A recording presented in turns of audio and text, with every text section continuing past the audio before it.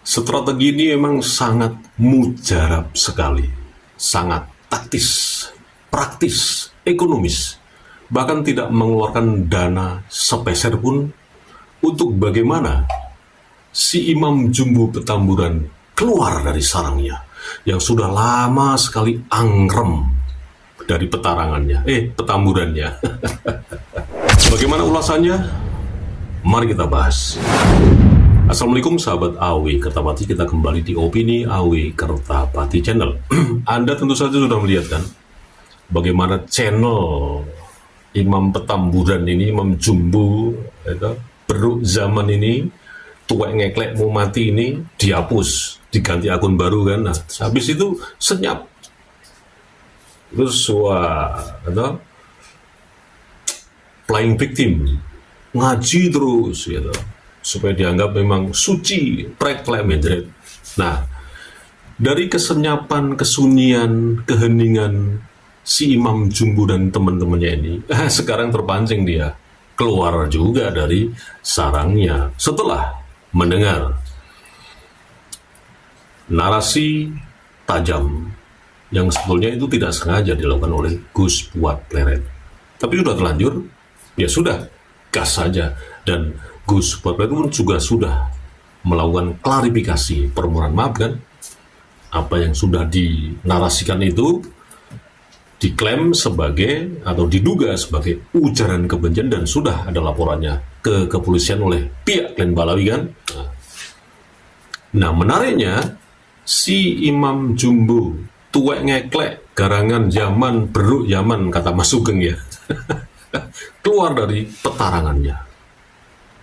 Dan pasti Anda sudah melihat VT-nya. Si beruk zaman garangan tuwek ngeklek ini bagaimana dengan oceh-ocehannya yang sangat provokatif. Tapi meskipun Anda sudah melihatnya, coba kita lihat sekali lagi. Mari kita simak.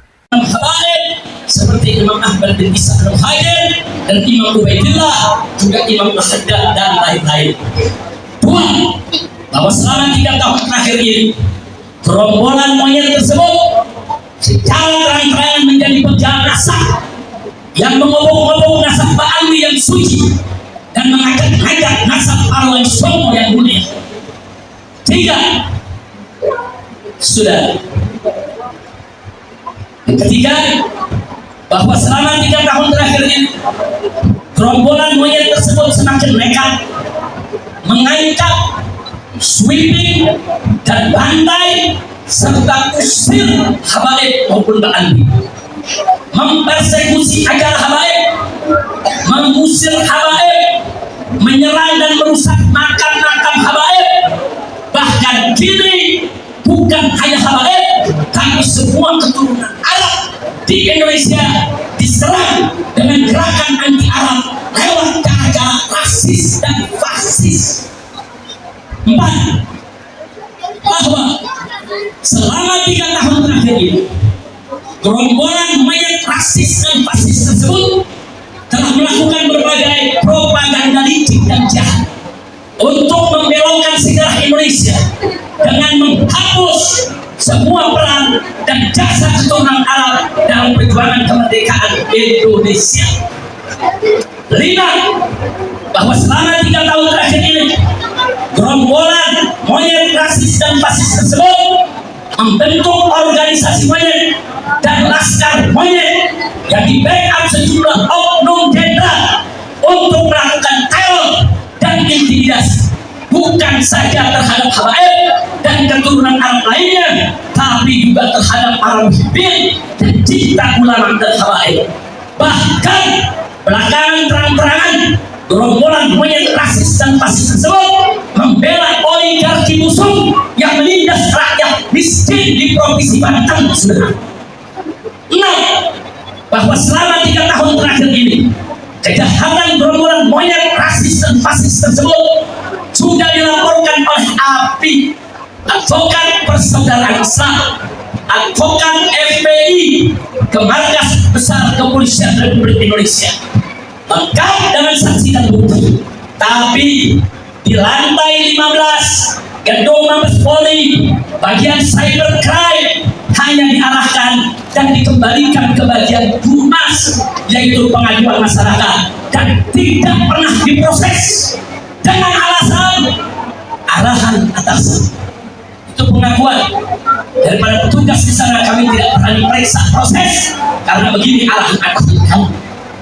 Tunggu bahwa selama 3 tahun terakhir ini, karena gerombolan mayat rasis dan fasis tersebut tidak tersentuh hukum, bahkan terkesan bukan hanya dibiarkan, tapi dilindungi dan Rizik Syihab kelihatannya kesal banget. Kita jangan fokus masalah dia ngajak perang ya habis lebaran nih. Udah, kita skip saja. Itu sangat-sangat provokatif dan itu tidak berkualitas dan itu sangat berbahaya sekali kalau itu Anda terpengaruh dengan OC-OC-nya si Rizik Syihab itu. Itu contoh yang tidak baik. Buruk sekali buat bangsa ini. Kita skip saja. Yang kita fokuskan adalah Rizik Syihab udah kesal sekali. Sudah membuat laporan kan? Kemungkinannya seperti itu. Membuat laporan bahwa apa yang selama ini disuarakan oleh para pejuang-pejuang ini, sahabat-sahabat semua ini yang konsisten bagaimana klan Balawi ini memang harus enyah dari Indonesia ini dengan nasabnya yang palsu dan sudah menipu dengan narasi-narasinya bukan setahun 2 tahun loh, puluhan tahun loh ya. Kemudian akhirnya mungkin saja mereka sudah membuat laporan bahwa kami ini dianggap sebagai menebar fitnah, memecah belah umat dengan melakukan diduga ya menghina kakek moyangnya mereka ini. Ada Mufti Batavia, ada macam-macam lah. Tapi sama Bapak Kapolri, laporan dari klan Balawi tidak diproses. Wah, ini mumet nih si Rizik Syihab. Nah, makanya dengan ada yang provokatif ngajak perang habis lebaran ini, kalau laporan klan Balawi ini, semua laporan lah, dan kita tahu lah bagaimana mereka ini sudah melaporkan beberapa tokoh ini. Banyak sekali laporan sudah masuk ke kepolisian. Gus Fuad Pleret, Gus Pake, apalagi Kiai Haji Madudin, macam-macam lah. Itu sudah di LP semua ke kepolisian di seluruh Indonesia, tapi tidak diproses.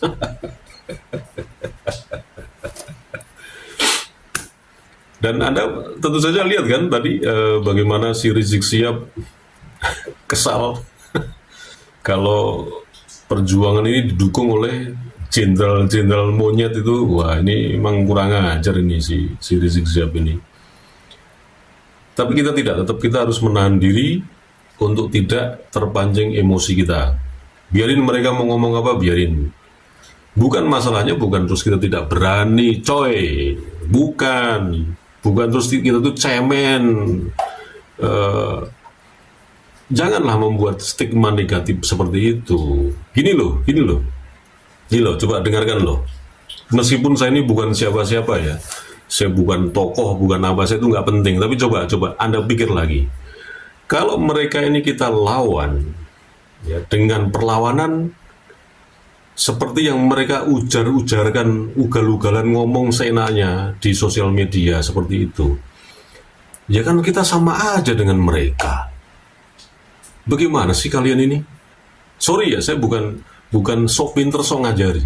Kalau kita terpancing ya dengan oce-ocean yang provokatif yang seperti itu ya, ngajak perang, asah golok,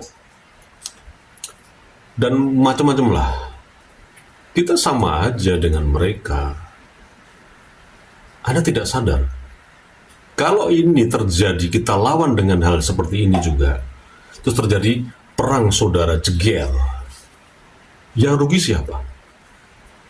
Saya tanya sekali lagi, kalau terjadi perang beneran nih, bunuh-bunuhan, mereka ini pasti lari kok. Yang turun tuh muhibin-muhibinnya, teman-teman kita sendiri. Terlepas mereka ini jadi pengikutnya itu kan soal lain, tapi faktanya ketika nanti itu terjadi ya perang saudara, ya Anda harus jeli gitu loh. Apa yang dikatakan oleh Rizik Sihab, Bahar bin Smith, dan seterusnya yang tidak keras, yang lembut, itu ada di balik itu semua ada konsep yang sudah jelas, yang tersistematis di balik itu semua.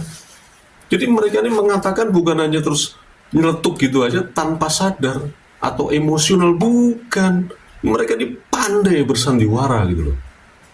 Di balik itu semua mereka bernarasi provokatif sampai bernarasi lembut, itu sudah terkonsep dan dibukukan dan punya tujuan-tujuan, punya agenda yang Anda harus menyadari bagaimana menguasai Indonesia ini dari semua lini, bukan hanya tentang agama, sosial, politik, kebudayaan, dan seterusnya. Nah, kalau kita coba, kita ini kan siapa yang mendukung kita ini? Siapa yang membiayai kita ini? Nggak ada. Kita dengan tulus ikhlas bersuara, diupah pun dengan monetes yang nggak seberapa. Siapa yang menggaji kita? Coba, gitu loh.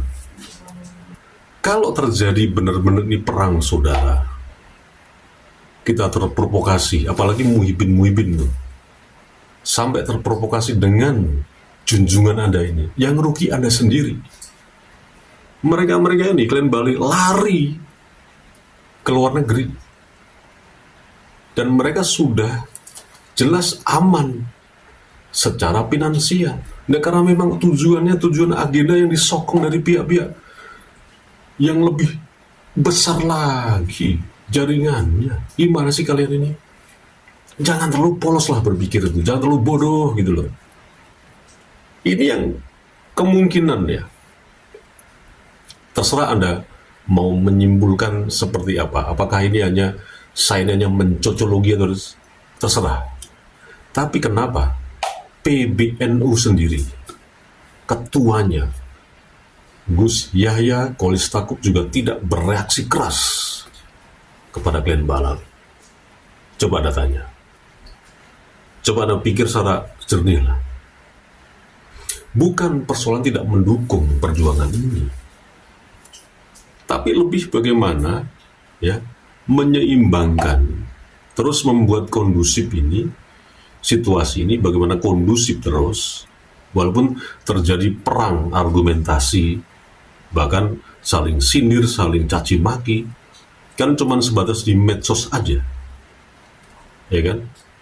Anda harus pahami, Gus Yahya Kholilistakuf tetap menjaga keutuhan, kerukunan bangsa ini, apalagi para Nahdliyin. Kalau terjadi chaos, bayangkan, mau kita seperti Suriah. Nah, tapi bagaimana solusinya? Menghadapi mereka ini, ya, klan Balawi khususnya, dengan cerita-cerita kurufatnya, dengan pernyataan-pernyataan yang provokatif yang dilontarkan dari Rizik Sihab, dari Bahar Smith, yang keras-keras itu, bagaimana cara atau solusinya? Karena kita merasa dihina sekali kan. Kan seperti itu kurang lebih yang kita rasakan. Sama, saya juga seperti itu.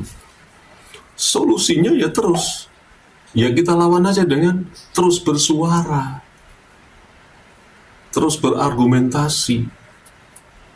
Caci maki, sindiran, yaitu hal yang biasa, itu kan efek yang tidak domino. Tapi kita harus berpikir secara jernih, berpikir secara dewasa. Kalau kita masuk kepada narasi-narasi mereka, kita sudah masuk perangkap mereka, kita di-create sedemikian rupa, selesai kita. Yang dijajah itu bukan fisik kita dicapik-capik, bukan, tapi yang dijajah mental kita. pikiran kita ini yang pelan-pelan meninggalkan kebudayaan asli bangsa ini dari Sabang sampai Merauke. Solusinya hanya itu aja. Karena kalau menyangkut keamanan, stabilitas nasional, ya kan ada tugasnya sendiri, kepolisian dan TNI. Ya biarlah mereka yang mengurusi nanti, bukan kita-kita ini. Gitu loh. Itu perlu dipikirkan. Dan marilah kita berdewasa. Terlepas kita sering oceh-ocehan seperti ini, tapi di dalam diri kita harus dasarnya kuat. Mereka ini punya siasat yang luar biasa, ganasnya dan sangat-sangat licik gitu. Jadi seperti itu aja, dan mudah-mudahan ini bermanfaat. Wassalamualaikum warahmatullahi wabarakatuh.